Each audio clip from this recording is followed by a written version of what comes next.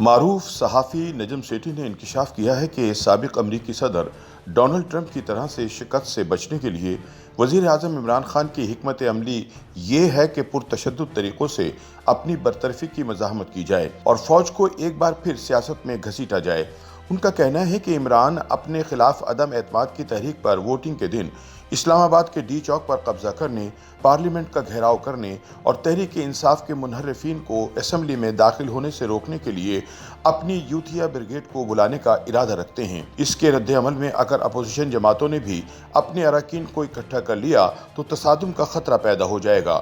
دوسری جانب اسپیکر قومی اسمبلی اسد قیصر اس انتظار میں ہیں کہ ایسی کوئی صورتحال پیدا ہو تاکہ وہ پارلیمنٹ کا اجلاس غیر معینہ مدت کے لیے ملتوی کر کے یوم حساب ٹال دیں۔ ہفت روزہ فرائیڈے ٹائمز کے لیے اپنے تازہ ایڈیٹوریل میں نجم سیٹھی لکھتے ہیں کہ اگلے وزیر اعظم کا تعین کرنے کے لیے نمبروں کا کھیل بالآخر شروع ہو چکا ہے۔ تحریک انصاف کے پاس 155 ووٹ ہیں جبکہ اس کے اتحادیوں کی 24 نشستیں ہیں۔ اس طرح حکومت کو کل ملا کر 179 اراکین کی حمایت حاصل ہے۔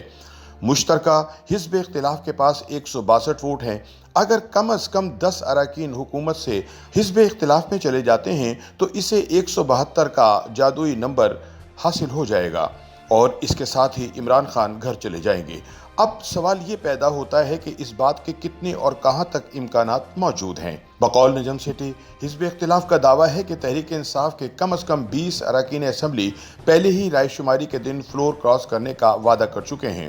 کچھ لوگوں کے بارے میں کہا جاتا ہے کہ وہ وسطی یا شمالی پنجاب میں مسلم لیگ نون کے ٹکٹ یا سندھ یا جنوبی پنجاب میں پیپلز پارٹی کے ٹکٹ پر جیتنے کے امکانات کی وجہ سے متاثر ہوئے ہیں۔ اگر اس دعوے میں نصف سچائی بھی ہوئی تو مارکے والے دن میدان حزب اختلاف کے ہاتھ رہے گا۔ حکومت کے اتحادیوں میں قاف لیگ کے 5، ایم کیو ایم کے 7 اور بی اے پی کے 5، جی ڈی اے کے 3، آزاد اراکین کے 2، شیخ رشید 1 اور جی ڈبلیو پی کا بھی 1 ووٹ شامل ہے۔ وہ سمجھتے ہیں کہ اگر حزب اختلاف نے تحریک انصاف کے اراکین کو توڑ کر اپنی گنتی پوری کر لی تو وہ خسارے میں رہیں گے، لہٰذا وہ سب اس حکومت کی شاخوں سے پرواز کرنے اور اگلی جماعت میں نشستیں حاصل کرنے کے لیے شرائط پر گفت و شنید کر رہے ہیں۔ ان حالات میں اگر سب کچھ منصوبہ بندی کے مطابق ہوا تو حزب اختلاف 200 سے زائد ووٹوں کی زبردست اکثریت سے عمران خان کا تختہ الٹ سکتی ہے۔ نجم سیٹھی کا کہنا ہے کہ اسی وجہ سے عمران خان 2 محاذوں پر لڑ رہے ہیں اور اپنے غرور اور تکبر کی کڑوی گولی نگل کر ترغیبات کے ذریعے اتحادیوں کا ساتھ رکھنے کی تک و دو میں ہیں، لیکن ان کی اصل توجہ اپنے ساتھیوں کو حزب اختلاف کے جانے سے روکنے پر ہے۔ ان کی جانب سے یہ تاثر قائم کرنا مقصود ہے کہ ان کا یہ پایہ مضبوط ہے اور وہ کہیں نہیں جا رہے، اس لیے ان کے حامی دل برداشتہ نہ ہوں اور ان کے ساتھ ہی رہیں۔ عمران خان کی حکمت عملی رائے شماری کے دن اپنے اراکین قومی اسمبلی کو پارلیمنٹ میں آنے سے روکنا ہے،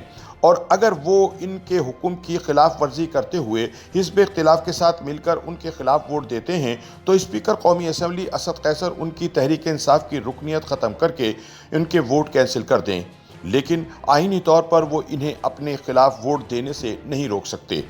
اگر طے شدہ طریقہ کار کے مطابق چلایا جائے تو نااہلی کے عمل میں 4 مہینے لگ سکتے ہیں۔ قانون کے مطابق اس معاملے میں 1 ماہ الیکشن کمیشن آف پاکستان میں اور 3 ماہ سپریم کورٹ میں اپیلوں میں صرف ہوں گے، لیکن اسپیکر آئینی طریقہ کار ایک طرف رکھ کر عمران خان کو پچھلے قدموں پر جاتے ہوئے لڑنے کا موقع دے سکتے ہیں۔ لیکن بقول نجم سیٹھی، حزب اختلاف یہ جانتی ہے یہی وجہ ہے کہ وہ اسی وقت اتحادیوں سے مذاکرات کر رہی ہے، کیونکہ انہیں اسپیکر حزب اختلاف کے ساتھ اتحاد کرنے سے نہیں روک سکتے، لیکن ووٹنگ کا دن ہنگامہ خیز اور گمبھیر ہونے کا خدشہ موجود ہے۔ خاص طور پر وزیر اعظم کی بڑھتی ہوئی فرسٹریشن کو دیکھتے ہوئے یہ صورتحال اس لیے پیدا ہوئی کہ اسٹیبلشمنٹ نے یہ بتا دیا کہ وہ اب عمران کی حمایت نہیں کر رہی اور وہ غیر جانبدار ہے، لیکن اگر عمران خان بچ جاتے ہیں تو اپوزیشن اسٹیبلشمنٹ پر الزام عائد کرے گی کہ اس نے آخری لمحات میں اتحادیوں کو خان کے ساتھ جڑے رہنے کا اشارہ دے کر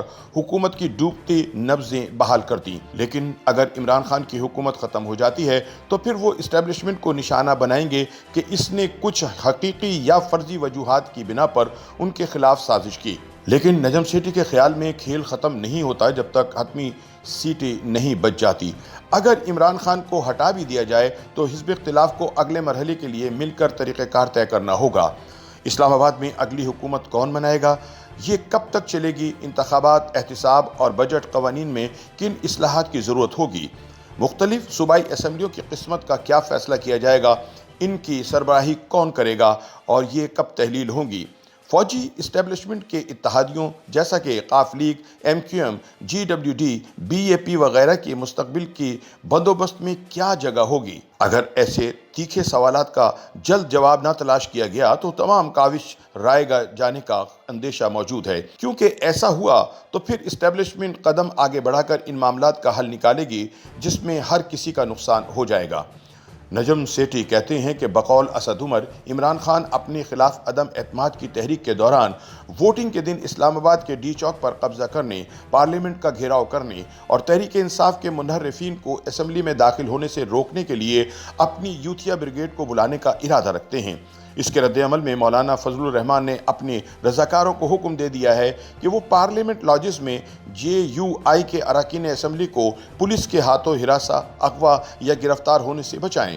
تاہم حکومت نے 10 مارچ کی رات اسپیکر قومی اسمبلی کی اجازت سے اسلام آباد کے پارلیمنٹ لاجز میں ایک گرینڈ آپریشن کیا اور مولانا کی رضاکار فورس کے اراکین سمیت 2 اسمبلی ممبران کو گرفتار کر لیا۔ اس صورتحال میں اگر PPP کے جیالوں اور PMLN کے متوالوں کو میدان میں اترنے کے لیے اکسایا جاتا ہے تو پرتشدد جھڑپوں کی نوبت آ جائے گی۔ دوسری جانب اسپیکر اسد قیصر اس انتظار میں ہیں کہ ایسی کوئی صورتحال پیدا ہو تاکہ وہ پارلیمنٹ کا اجلاس غیر معینہ مدت کے لیے ملتوی کر کے یوم حساب ٹال دیں۔ نجم سیٹھی کہتے ہیں کہ عمران خان کی دھمکیاں بھی خوب ہیں۔ گزشتہ نومبر سے جب اسٹیبلشمنٹ اور ان کے درمیان تناؤ پیدا ہوا اور جب یہ بیانیہ تقویت پانے لگا کہ اسٹیبلشمنٹ اپنی ساکھ بحال کرنے کی کوشش میں ہے، عمران خان نے اپنی روانگی کی حکمت عملی طے کر لی تھی۔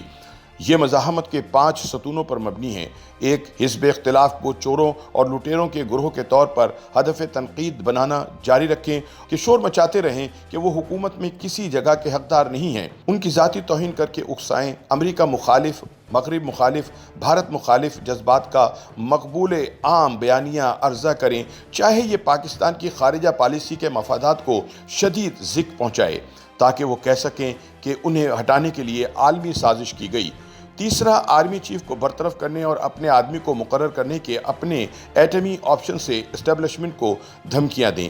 چوتھا، قومی اسمبلی کے اسپیکر کو ہدایت کریں کہ وہ اپوزیشن کی طرف سے انہیں پارلیمنٹ میں معزول کرنے کی کسی بھی کوشش میں رکاوٹ ڈالیں، قطع نظر اس کے کہ ایسا کرنا غیر قانونی ہو۔ پانچویں یہ کہ آئینی طریقوں سے حکومت کو ہٹانے میں جسمانی اور پرتشدد رکاوٹیں ڈالنے کے لیے اپنے نوجوانوں کو متحرک کریں۔ مختصر یہ کہ عمران خان کی حکمت عملی یہ ہے کہ پرتشدد طریقوں سے برطرفی کی مزاحمت کی جائے اور فوج کو ایک بار پھر مداخلت پسند سیاست میں گھسیٹ لیا جائے۔ دوسرے لفظوں میں، اگر عمران خان حکومت نہیں ہوگی تو ان کی متبادل ترجیح ملک میں سیاسی افراتفری پھیلانا ہے۔ کچھ لوگ اس جنونی سوچ کا موازنہ ڈونلڈ ٹرمپ کے ہتھ کنڈوں سے کر رہے ہیں۔ YouTube پر گوگلی نیوز دیکھنے کے لیے youtube.com کی سرچ بار میں گوگلی نیوز TV ٹائپ کریں۔ گوگلی نیوز کے پیج پر سرخ رنگ کے سبسکرپشن والے بٹن پر کلک کرنا نہ بھولیے۔ YouTube پیج پر اپلوڈ ہونے والی ویڈیوز سے باخبر رہنے کے لیے بیل آئیکن پر کلک کیجیے۔ آپ کو ہر نئی ویڈیو کے بارے میں نوٹیفیکیشن موصول ہو جائے گا۔